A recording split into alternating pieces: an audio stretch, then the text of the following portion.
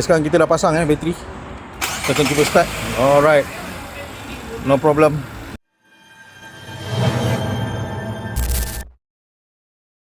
Okay guys, hari ni kita ada satu Nissan Serena Highway Star. Dia nak tukar bateri pada bateri Nanex Okay guys, untuk Serena ni dia ada dua bateri dua jenis bateri. Satu bateri yang kecil sikit, NS40. Yang ini untuk starter bateri, yang lagi satu untuk auxiliary So yang auxiliary ni dia lebih besar lah. Okay, kita akan gantikan dengan bateri 12V 30Ah NS40 dengan 55D 12V 40Ah. Ini untuk dia punya auxiliary lah. Okay, untuk starter bateri dia, dia punya CCA kita dah check tadi 843 CCA. Dan untuk dia punya auxiliary bateri 1396. Jadi lagi tinggi AH dia, lagi tinggi dia punya CCA starter dia. Okay, so sekarang kita akan pasang.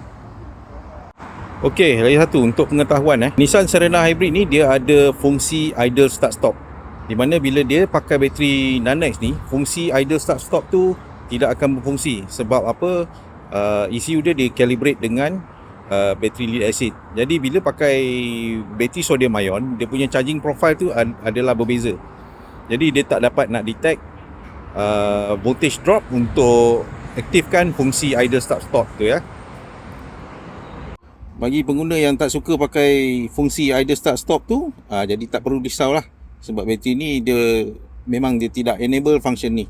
Jadi tak perlu lagi nak tekan auto off ini. Okay. Okay guys, sekarang kita dah siap pasang agak rumit sikit sebab dia ada 2 biji bateri dan juga kawasan dia agak sempit.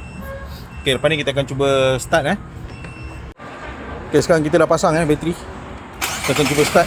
Alright, no problem.